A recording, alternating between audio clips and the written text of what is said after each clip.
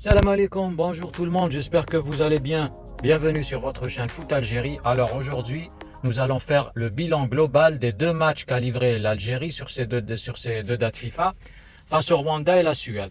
Bon, on va beaucoup plus s'étaler sur le match de la Suède parce que c'est le match où il y a beaucoup d'enseignements à tirer, le plus d'enseignements à tirer.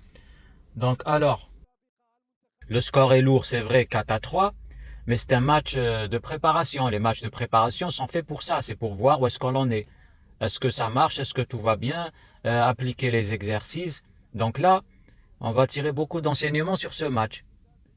La première chose, le premier point, c'est qu'on a une défense où personne n'est à son poste. Quand tu as aligné 4 défenseurs, si tu as un défenseur qui n'est pas à son poste, tu l'as juste déplacé. Par exemple, s'il est arrière droit, tu l'as mis dans l'axe. À la limite, ça peut passer à la limite. Mais quand il y a 4 joueurs, tous les 4, aucun d'entre eux n'est dans son poste, là, ça devient compliqué pour eux. C'est pas de leur faute, les joueurs, c'est les entraîneurs qui leur ont changé de poste. Eux, ils font ce qu'ils peuvent, mais c'est très compliqué. Là, si on voit, on a Mandi, Bensebaini, Farsi et Ait Nouri. Mandi, à la base, c'est un arrière droit. Il a été formé arrière droit. Il a fait tout son début de carrière arrière droit. C'est juste quand Gourcuff est venu, il l'a repositionné en défenseur central. Il a positionné en défenseur central, alors que lui, à la base, c'est un arrière droit. Donc, on a déjà un joueur qui n'est pas à son poste.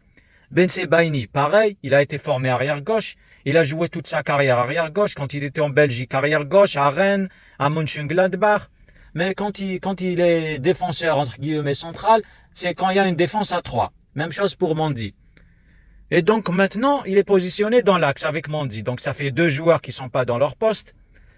Si on prend Farsi, Farsi lui aussi c'est un ailier droit. Pareil, c'est pas un arrière droit. C'est pas un arrière droit, Farsi, c'est un ailier droit. Excentré. Il a été positionné arrière droit. Ait Nouri, pareil. Ait Nouri, quand il est parti à Wolverhampton, ils ont vu que c'était quelqu'un qui était un dribbleur, tripoteur de ballon, qui aime la technique, beaucoup plus offensif. Ils l'ont positionné excentré gauche, très excentré. C'est pratiquement un attaquant gauche.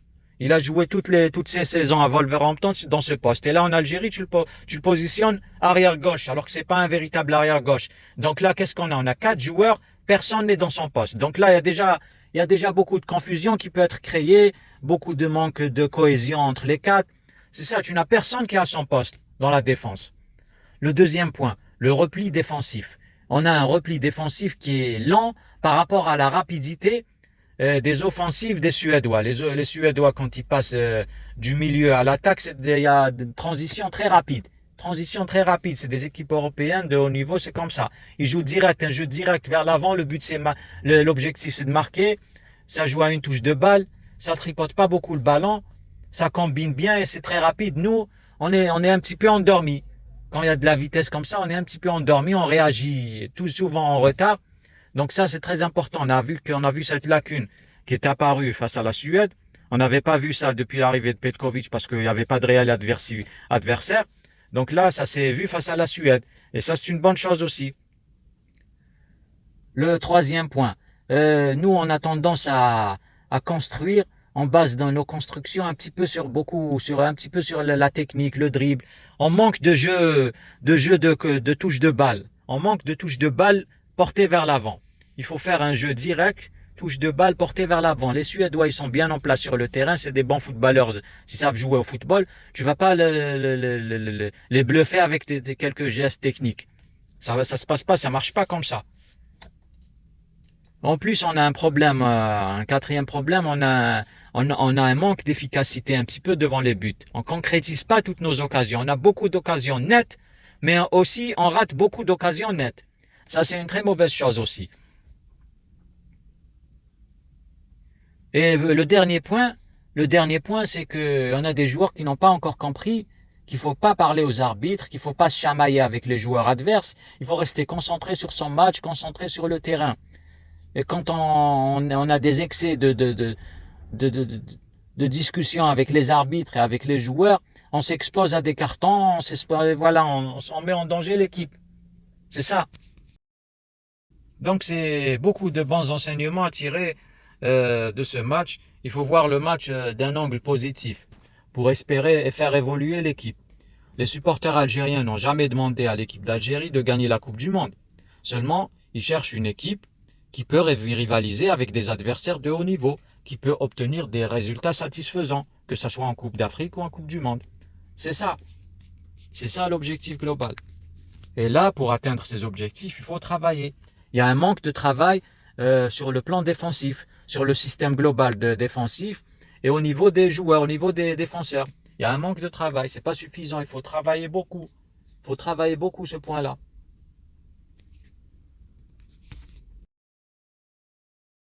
On a joué contre une vraie équipe de football, une équipe qui est basée sur l'efficacité dans tous les compartiments. L'efficacité dans tous les compartiments. Offensivement efficace. Quand il mène une attaque, c'est pour faire bien les choses, pour marquer. Le but, c'est de marquer. Quand il y a le repli défensif, c'est réellement pour bien défendre et bien récupérer le ballon. Quand ils sont en situation défensive, chacun est en place, chacun a un travail bien précis, chacun a une tâche à faire. C'est une vraie équipe de football. Par contre, nous, sur le plan du repli et sur le plan défensif, on n'est pas encore une vraie équipe de football. On n'est pas loin d'être une équipe de quartier. Voilà. Sur le plan défensif, je dis. Par contre, sur le plan offensif, il y a beaucoup de points positifs pour l'Algérie. Déjà, on a marqué 3 buts à la Suède. Ils n'ont pas l'habitude d'encaisser 3 buts, les Suédois, quand ils jouent des matchs. Et puis, on a eu la possession de balle. Bien sûr, on a bien essayé de maîtriser. Au milieu, on a eu à peu près 56% de possession de balle. C'est dû bien sûr à un nombre de passes important, 492 pour l'Algérie contre 360 pour la Suède. Par contre, eux, ils sont plus efficaces. Ils sont plus efficaces quand il faut défendre, ils sont plus efficaces quand il faut tourner au milieu, ils sont plus efficaces quand il faut marquer.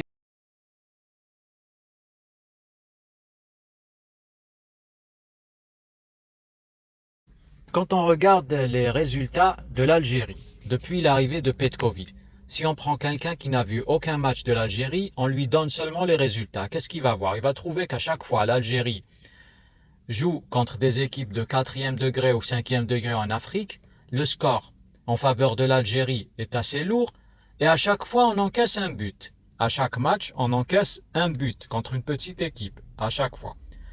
Donc, score large en faveur de l'Algérie, mais un petit but encaissé à chaque fois. Et quand on regarde le résultat du match face à la Suède, on a encaissé 4 buts. On a encaissé 4 buts et on a marqué 3 buts.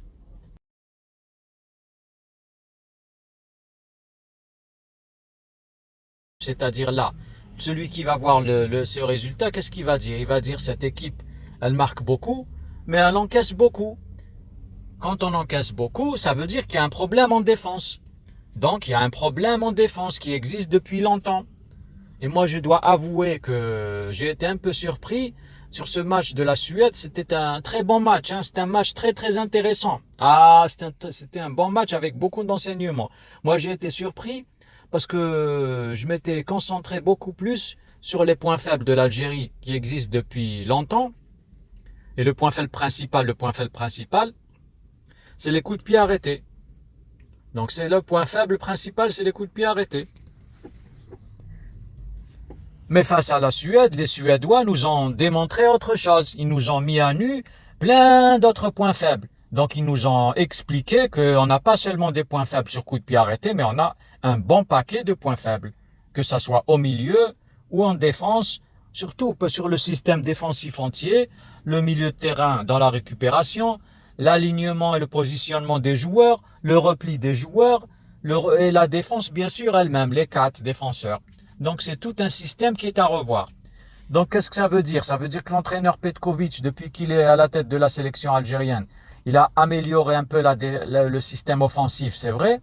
On marque beaucoup de buts, on est plus offensif qu'avant, mais seulement la défense, il n'a rien touché.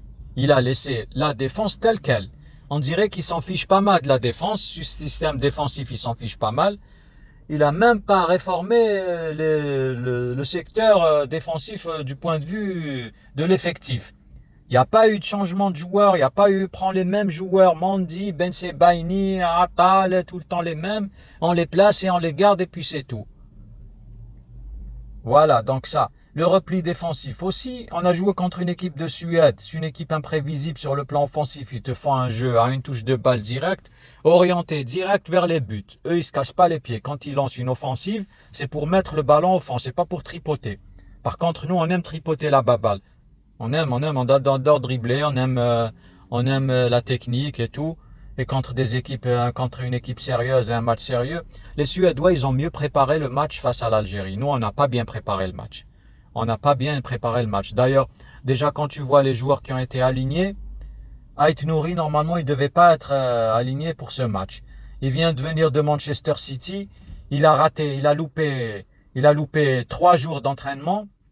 Il a loupé 3 jours d'entraînement avec ses coéquipiers.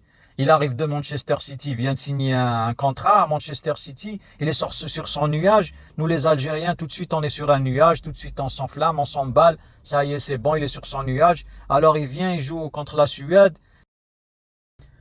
Déjà, à la base, Ait Nouri, c'est pas un arrière-gauche. Moi, je l'ai déjà dit plusieurs fois. Ait Nouri n'est pas un arrière-gauche. C'est un ailier excentré gauche. Excentré gauche vers le haut, vers l'attaque. C'est pas un arrière-gauche du tout. Avant, il jouait arrière-gauche. Après, Wolverhampton, ils l'ont repositionné ailier gauche parce qu'ils ont constaté que sur le secteur défensif, il est pas vraiment très très costaud. Et puis lui, c'est un tripoteur de balles. Il aime dribbler. Il aime la technique. Donc, ils l'ont orienté vers l'avant, vers le secteur offensif. C'est vrai qu'il redescend un petit peu pour aider les milieux défensifs. Il le fait bien. Parfois même, il redescend pour aider l'arrière gauche. Mais pas de là à le positionner directement arrière gauche. C'est pas un arrière gauche Ait Nouri. Ait Nouri, c'est un excentré gauche. L'arrière gauche, c'est Hadjam. Il est nettement mieux que lui sur tous les compartiments en tant qu'arrière gauche. En tant qu'arrière gauche, je dis. Donc voilà. L'axe de la défense, que ce soit Mandi ou Ben Seba, tout notre axe est faible. On a un axe, on a une défense faible. Ça, c'est clair et net. Il n'y a rien à dire. La défense, elle est faible. J'ai pas senti une volonté réelle de Petkovic d'améliorer la défense. Parce que quand on a une volonté réelle, on continue pas à travailler avec la même défense qui est fébrile depuis des années, qui encaisse plein de buts et qui n'est pas top. On essaye d'aller chercher, on teste d'autres joueurs, on ramène d'autres, on combine d'autres joueurs. Il n'y a pas eu tout ça. Il a continué avec les vieux, les anciens. Mandi, Tougaï, Ben Sebaini, Attal. Tout cela, c'est ceux qui composent le secteur défensif. Ils sont en équipe d'Algérie depuis très longtemps. Ils sont en équipe d'Algérie au moins depuis 3 ans, pour certains, au moins. Donc il y a pas une réelle volonté d'arranger le secteur défensif.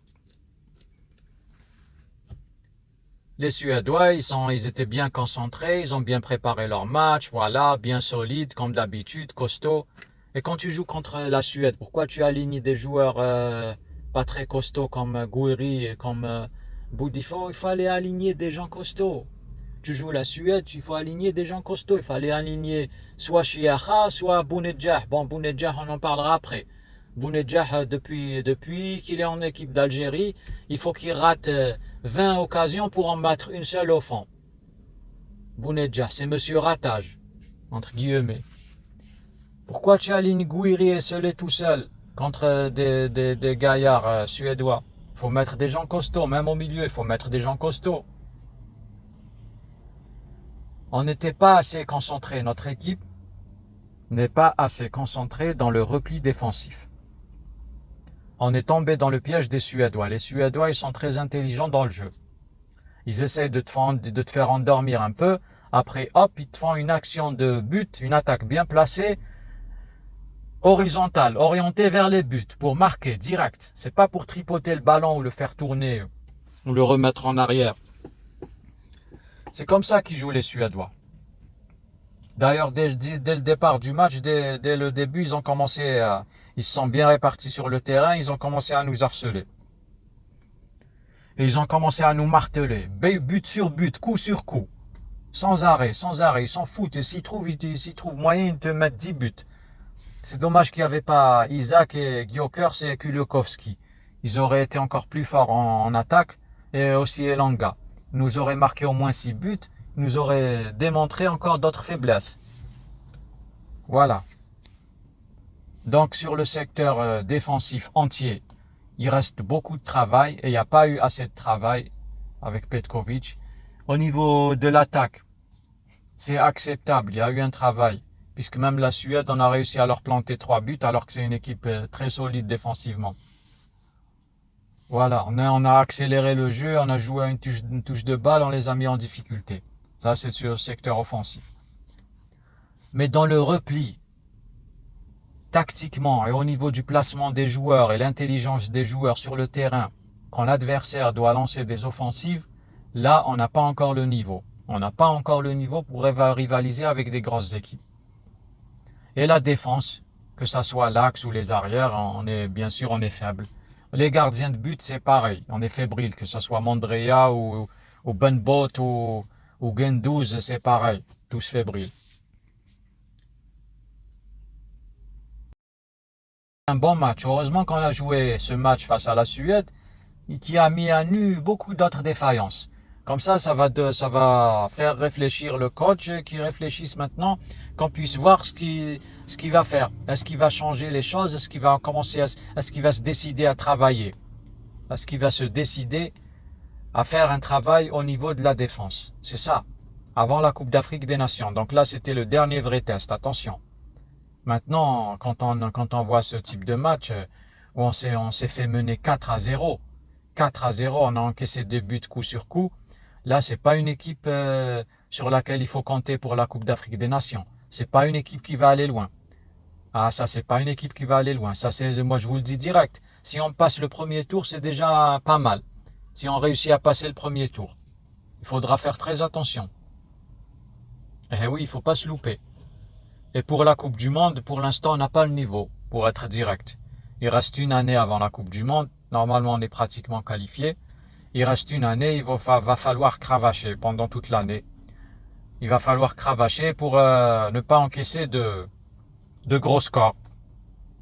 Il y a beaucoup de travail à faire. Même sur le plan physique, hein. Il y a certains joueurs qui étaient un petit peu loin. Un petit peu loin sur le plan physique. Il y en a même qui étaient pratiquement cuits. Comme par exemple Mahrez. Mahrez, il était cuit sur ce match. Eh ben Mahrez, il fallait pas l'aligner directement. Ou bien il fallait pas l'aligner contre le Rwanda. Il fallait le laisser sur le banc. Il fallait aligner Hadj Moussa. Chiacha, pourquoi on ramène Chiacha pour ne pas le faire rentrer du tout? Il faut faire rentrer Chiacha. Il fallait le faire rentrer. Il fallait le mettre sur le banc peut-être et le faire rentrer en cours de jeu face à la Suède. Il connaît bien ce genre d'équipe, lui. Il joue au Danemark.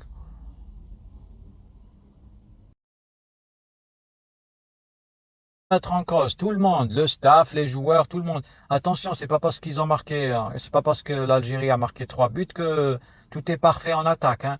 Et même en attaque, il y a des défaillances. On les a vues contre la Suède. On rate plein d'occasions faciles. On tripote trop le ballon au lieu de le donner à notre coéquipier, au lieu de jouer à une touche de balle. On est un petit peu lent dans la transition. Ça aussi, c'est des défaillances offensives.